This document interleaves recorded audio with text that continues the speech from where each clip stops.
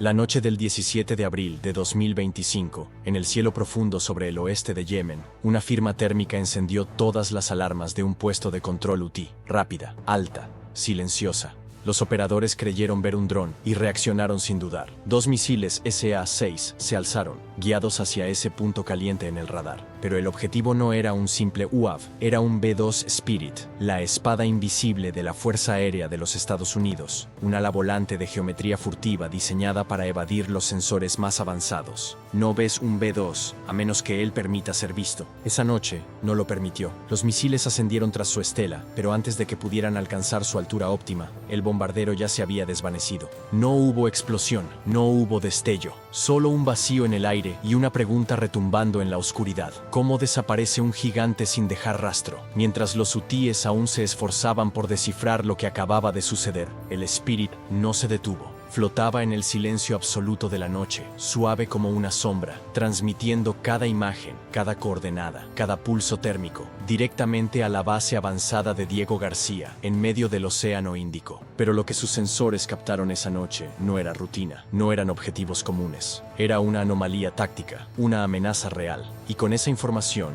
algo cambió. Lo que vino después no fue un ataque convencional, no fue un enjambre de drones sobre Ras Issa, ni un destructor lanzando disparos al horizonte como advertencia. Fue el punto de quiebre, el momento exacto en que la sombra se convirtió en fuego. Una decisión tomada en el silencio de una sala de mando, que detonaría uno de los bombardeos más precisos, quirúrgicos y estratégicamente devastadores en toda la historia reciente de la Fuerza Aérea de los Estados Unidos. Y tú estás a punto de verlo. Ese fue el instante, el momento exacto en que los hutíes cometieron el peor error posible: disparar al objetivo equivocado. Creyeron estar enfrentando lo de siempre, una firma térmica familiar, un eco en el radar, un patrón de vuelo que parecía conocido. Un MQ-9 Reaper, pensaron, un dron estadounidense más, rondando sobre la costa de Yemen, buscando señales, vigilando, una amenaza habitual y, según ellos, manejable. Armaron los SA-6, fijaron coordenadas, lanzaron, pero estaban peleando contra un fantasma. Y este fantasma los estaba mirando de vuelta. No era un dron,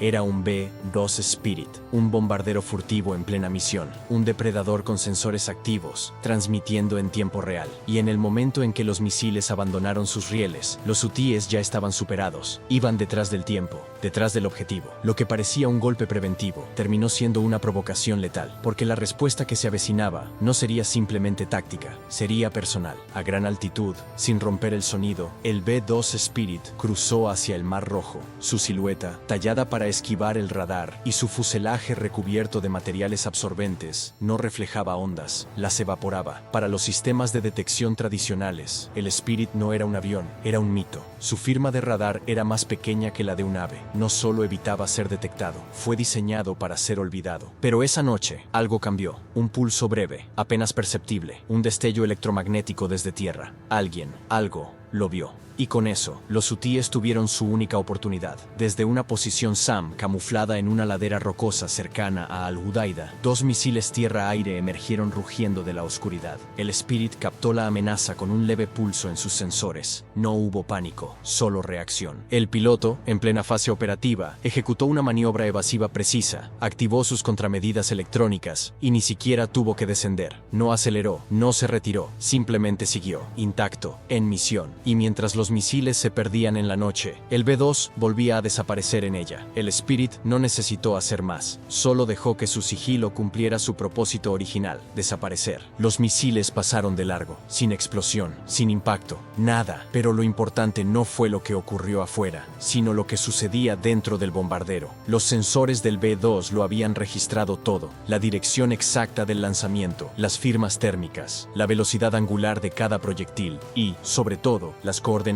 precisas del sitio SAM oculto. Mientras aún surcaba los cielos del Mar Rojo, esa información ya fluía en tiempo real hacia los servidores de misión en Diego García. Allí, en cuestión de segundos, analistas militares integraron los datos en un canal táctico activo, mapearon el entorno, identificaron configuraciones térmicas inusuales y detectaron la presencia de otros equipos móviles en el área. Lo que el Spirit acababa de revelar no era un sitio aislado, era parte de una red móvil de lanzadores SAM, capaz de desplazarse, ocultarse y volver a disparar. Pero para cuando los hutíes comenzaron a replegar su posición, ya era demasiado tarde. Estados Unidos tenía la imagen completa, un perfil de telemetría preciso, un blanco y una decisión. Aquí es donde todo cambió. En condiciones normales, incluso una aeronave tan avanzada como el B-2 Spirit cumple su misión. Regresa a base, descarga los datos y deja que la cadena de mando analice y decida. Pero esa noche no fue normal, porque el Spirit no estaba solo en una pasada de reconocimiento. Estaba listo, cargado, completamente armado. En sus bodegas dormían GBU-57, enormes bombas penetradoras diseñadas para objetivos fortificados a gran profundidad, y junto a ellas, una carga selecta de JDAMs guiadas por GPS, optimizadas para impactar con precisión quirúrgica incluso en estructuras subterráneas. Cuando los misiles hutíes cruzaron el cielo y apuntaron al Spirit, la decisión ya estaba tomada. No hubo junta, no hubo espera. El ataque al bombardero fue declarado acto de agresión directa, y eso activa un protocolo claro, represalia inmediata. Pero cuando un B-2 responde, no hay estruendo previo, no hay luces, ni alertas, ni ruido de aviones en formación. La represalia del Spirit es silenciosa, precisa y totalmente inesperada, porque cuando el cielo está en calma, es cuando ya es demasiado tarde.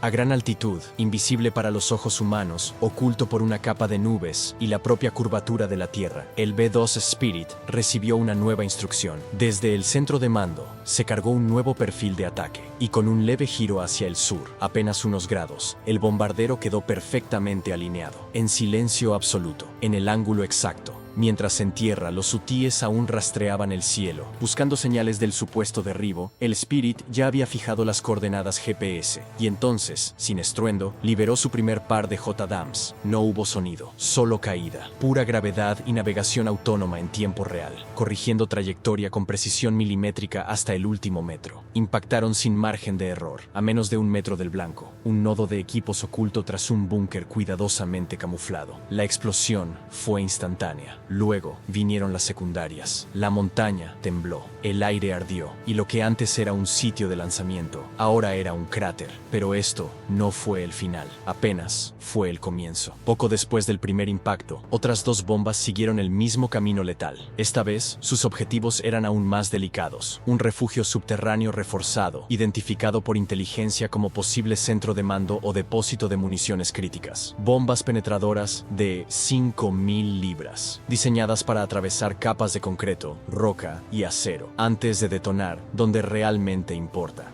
Cumplieron su propósito. Desde el momento en que los hutíes lanzaron sus misiles SA-6 hasta la última detonación bajo la montaña, pasaron menos de 15 minutos. 15 minutos, desde la arrogancia del primer disparo hasta la aniquilación total del sitio de lanzamiento. Y el B-2 ya no estaba allí. Había virado hacia el oeste, ascendiendo entre nubes y silencio, intocable, invisible. Misión cumplida. Su presencia sobre Yemen no fue simbólica, no fue una amenaza vacía, fue un recordatorio brutal de por qué el Spirit existe, porque cuando los misiles de superficie ya no son suficientes, cuando la disuasión necesita ser precisa, quirúrgica y definitiva, se llama al B-2. El B-2 Spirit no es simplemente un avión de combate, es una palanca estratégica, y cuando se activa no es para intimidar, es porque algo grande está a punto de suceder. Incluso ahora, en pleno 2025, sigue sorprendiendo, sigue eludiendo radares, burlando sistemas que se actualizan cada año y dejando a las redes de defensa aérea luchando por encontrar su sombra, porque el Spirit opera como un fantasma, se mueve sin ser visto y golpea antes de que el enemigo entienda que lo alcanzó, y eso es lo que hizo que la decisión de los hutíes fuera más que peligrosa, fue temeraria. No sabían lo que tenían delante, no sabían a quién le estaban disparando, y lo más crítico, no sabían lo que estaban activando, porque su ataque fallido, su intento a ciegas, no provocó solo una respuesta, desencadenó una transmisión de datos tan precisa, tan letal en su exactitud, que permitió a las fuerzas de los Estados Unidos lanzar misiones de seguimiento con una puntería quirúrgica. No fue un contraataque, fue una cirugía militar, porque esa noche, el B-2 no solo arrojó bombas, pintó el campo de batalla. Cada paso, cada maniobra, fue parte de un plan mayor. Marcó depósitos de suministros ocultos, mapeó nodos de comunicación, identificó centros de transmisión con imágenes térmicas precisas y las envió en tiempo real a los centros de operaciones conjuntas de Estados Unidos. Lo vio todo, lo señaló todo y nunca fue visto. Fue el ojo que nunca parpadea, el espectro que reorganiza el orden de batalla sin necesidad de anunciar su presencia. Y lo que vino después fue ejecución pura. Desde portaaviones en el mar, F-A-18 Hornets armados con GBU-38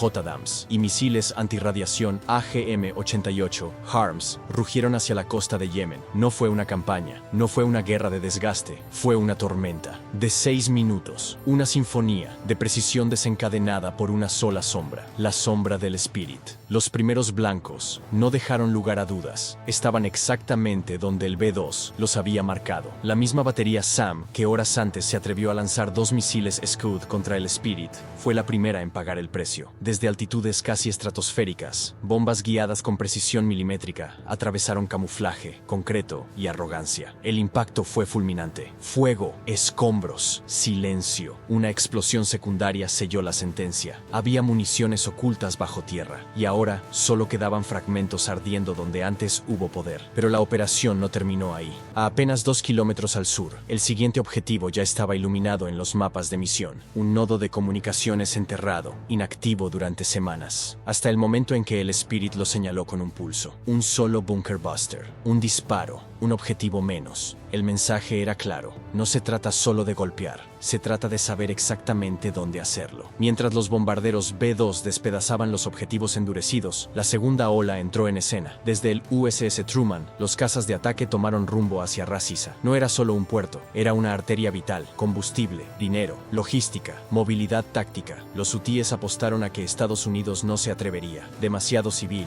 demasiado político, demasiado riesgo. Estaban equivocados. A la 1:17 hora local, los Super Hornets volaban bajo sobre el Mar Rojo, ocultos por interferencias electrónicas lanzadas desde los EA-18G Growler. Ni siquiera sabías que venían, hasta que ya era demasiado tarde. Las JDAMs cayeron quirúrgicamente, golpeando depósitos de combustible y túneles subterráneos con precisión milimétrica. Y cuando el fuego alcanzó los tanques, la noche se iluminó como un amanecer no deseado. En menos de 30 segundos, el sector norte de la terminal de Ras Isa fue reducido a escombros. Múltiples explosiones secundarias se encadenaron en una secuencia perfecta, una coreografía letal trazada con imágenes térmicas en vivo. Zonas calientes se encendían una tras otra, como si alguien estuviera trazando con fuego el contorno exacto de una instalación entera. Y para cuando llegó la segunda oleada, la terminal ya no era una estructura funcional, era un cráter en llamas, un cañón humeante, pero aún no había terminado. A kilómetros de distancia, en aguas internacionales, un destructor clase Arleigh Burke activó su siguiente jugada. Desde sus celdas VLS, 2 misiles de crucero Tomahawk rugieron al cielo y se curvaron en un vuelo rasante sobre el mar. Su destino, el perímetro sur de Ras Isa. La inteligencia era clara, una transferencia de armas dentro de un almacén camuflado como depósito de petróleo. El primer misil impactó directamente el edificio. El segundo se enterró en la entrada oculta de un túnel, provocando el colapso de la cara rocosa que lo protegía. En minutos no quedaba rastro, solo una nube de polvo y silencio. Tiempo total del ataque, menos de 6 minutos. Objetivos alcanzados, 17. Y los hutíes desaparecieron del aire. Las transmisiones de radio se cortaron a la mitad. Los sitios de radar dejaron de emitir. Las cámaras infrarrojas mostraban vehículos huyendo tierra adentro, algunos sin luces, otros con las puertas aún abiertas. No hubo contraataque, no hubo coordinación, solo dispersión, silencio. Desde el Pentágono, los registros de misión comenzaron a llegar. Los informes eran claros. 0 daño colateral fuera del área de eliminación designada. Ninguna baja estadounidense. Todos los objetivos primarios, neutralizados. Y sin embargo, no fue la destrucción lo que hizo histórica esta misión. No fueron los 17 objetivos neutralizados, ni la precisión quirúrgica, ni siquiera el silencio absoluto con el que ocurrió todo. El error. Una decisión mal calculada, porque disparar contra lo que creyeron que era solo un dron lento desató la furia total de la aviación furtiva estadounidense, el poder embarcado de un portaaviones, la doctrina de guerra de precisión, la capacidad de borrar nodos enemigos en menos de 6 minutos. Y no fue venganza, fue política. Esto no se trató de destruir una batería SAM, se trató de enviar un mensaje.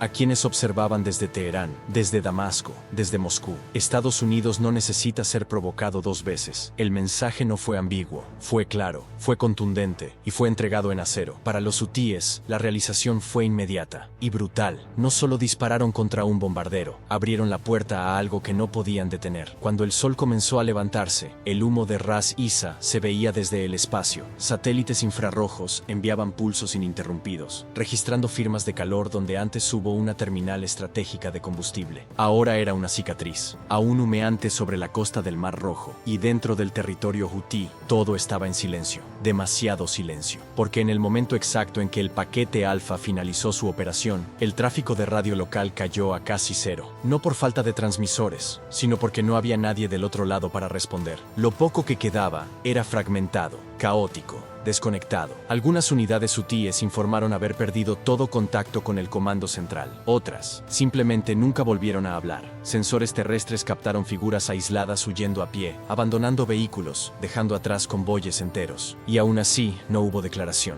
ningún mensaje, ninguna represalia, solo silencio y humo. Los hutíes sabían lo que había ocurrido, sabían exactamente lo que habían provocado, pero lo que no sabían fue qué tan rápido respondería Estados Unidos y qué tan profundo podía golpear sin advertencia. Durante años, Ras Isa fue un punto ciego estratégico. Incluso en el apogeo de los bombardeos liderados por Arabia Saudita, la terminal permaneció intacta, imperturbable, intocable, hasta ahora, porque la decisión de atacarla no fue un impulso, no fue combustible, no fue venganza, fue influencia. Ras Isa no era solo un depósito de petróleo, era la arteria logística del oeste de Yemen, movía suministros, financiaba la producción de drones, servía como centro oculto de comunicaciones cifradas, era el nodo que sostenía más de lo que mostraba, y en una guerra donde lo invisible importa más que lo visible, Ras Isa dejó de ser un objetivo intocable, y se convirtió en una pieza sacrificable. Durante meses, la inteligencia estadounidense había seguido de cerca a Ras Isa, no solo por su valor logístico, sino porque dejaba de parecer infraestructura y comenzaba a comportarse como un nodo militar. Y entonces llegó el disparo. El momento en que un B-2 Spirit fue atacado, la designación cambió, de sospecha a certeza, de teoría a blanco legítimo, y con ello cambiaron las reglas. Dentro de las siguientes 24 horas, los mercados petroleros se sacudieron, el precio del crudo tembló, y en salas de redacción, despachos de defensa y ministerios de relaciones exteriores, la pregunta era la misma en todos los idiomas. ¿Fue Estados Unidos quien cruzó una línea roja? ¿O fueron los hutíes quienes forzaron su mano? En canales cifrados, los mensajes internos hutíes ya no sonaban a comando, sonaban a caos. No era solo pánico, era confusión estructural. Consultas repetidas sobre radares fuera de línea, reportes contradictorios sobre señales GPS bloqueadas, rumores que se extendían como humo, un ciberataque, interferencia electrónica o simplemente nada. Oficiales exigían respuestas desde cuarteles que ya no existían, comandantes esperando instrucciones de nodos que habían sido borrados del mapa. Lo que no entendían es que el paquete de datos transmitido por el B-2 no solo había guiado un ataque de represalia, había colapsado su arquitectura entera de comunicaciones, silenció la guerra antes de que empezara. Los relés clave estaban destruidos, los nodos de comando desconectados, las unidades móviles de lanzamiento fritas antes de poder reubicarse. Y en Ras Isa no fue solo el combustible lo que ardió, fue el ritmo, el tempo, la ilusión de control. Mientras el mundo esperaba una respuesta oficial de Estados Unidos, no llegó ninguna, no hubo comunicado, no hubo rueda de prensa, no hubo celebración, solo imágenes, satélites mostrando tierra calcinada, mapas térmicos reescribiendo el terreno, comparaciones de antes y después, y una verdad que no necesitó traducción. Algo había cambiado. Para los hutíes, la idea de que sus sistemas SAM podían disparar impunemente desapareció. Y para sus patrocinadores, el mensaje fue aún más directo. Si escondes tus operaciones detrás de infraestructura civil, esa infraestructura deja de ser civil y se convierte en blanco. Esto no fue simplemente una represalia, no fue solo una reacción a una provocación, fue un cambio de doctrina. Una nueva fase del conflicto comenzó esa noche, una en la que los bombarderos furtivos ya no esperan órdenes, salen a cazar, donde los informes de inteligencia ya no son solo información, se convierten en blanco, y donde 6 minutos de silencio en una pantalla de radar pueden significar que el próximo ataque ya está en camino, porque el impacto del 17 de abril no terminó con los cráteres, reconfiguró el tablero entero, y ahora el siguiente movimiento ya no está en manos de los hutíes. En términos puramente militares, fue un ataque de manual, preciso, limpio, implacablemente decisivo, pero lo que lo distingue no es solo su ejecución quirúrgica, Es el mensaje que lo acompañó. Uno que traspasó las fronteras de Yemen y llegó con claridad a cada actor que observa la región, con el dedo en el gatillo. Hasta ese momento, la postura de Estados Unidos en el Mar Rojo había sido mayormente defensiva. Drones patrullaban, destructores escoltaban rutas comerciales. Las amenazas se monitoreaban, se documentaban y, ocasionalmente, se respondían con reacciones medidas. Las reglas de enfrentamiento eran cautelosas, milimétricas, y eso es lo que hizo que el ataque a Ras Isa fuera tan disruptivo, porque esta vez, Estados Unidos no solo respondió, reescribió las reglas del juego. Desplegar un B-2 Spirit, la joya más valiosa del arsenal furtivo estadounidense, ya no fue solo una acción de fuerza, fue un mensaje, una declaración de intención, una intención que decía, con absoluta claridad, ya no jugamos al ritmo que ustedes marcan. Los hutíes, y, más importante aún, sus patrocinadores en Teherán, Damasco y otros puntos sensibles, se habían acostumbrado a operar en la zona gris, lanzando drones desde áreas civiles, escondiendo armas en infraestructuras clave, ubicando puestos de mando debajo de instalaciones petroleras. Todo basado en una sola suposición, que Estados Unidos no arriesgaría las consecuencias de atacar objetivos económicos o demasiado cercanos a civiles. Ese supuesto, el 17 de abril, fue pulverizado. Con una sola misión, esa suposición murió. Ras Isa no fue simplemente destruida, fue redefinida. Ya no era un puerto, era un objetivo militar válido. Para Washington, esto no fue una escalada, fue una aclaración, un mensaje enviado con precisión a aliados, adversarios y a todos los que aún dudan. Los bombarderos furtivos ya no están reservados para guerras formales, están activos, están observando, y si se les provoca, están autorizados a atacar, no en días, no en horas, en minutos. El campo de batalla no solo cambió de ubicación, cambió de dimensión, cambió de mentalidad, y esa fue la verdadera victoria, porque las guerras no se libran solo con misiles y bombas, se libran con confianza, con ritmo, con el control absoluto sobre quién mueve la próxima pieza. Y después del 17 de abril, el próximo movimiento ya no está en el terreno, está en el cielo, silencioso, invisible, y ya de regreso a casa. El cielo sobre Yemen vuelve a estar en silencio. Pero no es paz, es pausa, porque tras el humo de Ras Isa, tras los sistemas apagados, algo cambió. Estados Unidos fue claro, las reglas han cambiado. Ya no puedes dispararle a un B-2 Spirit y esperar que no haya consecuencias. Ya no puedes ocultarte detrás de infraestructura crítica y asumir que eso te pone a salvo. Ese único misil que falló no solo erró su objetivo, reescribió la ecuación.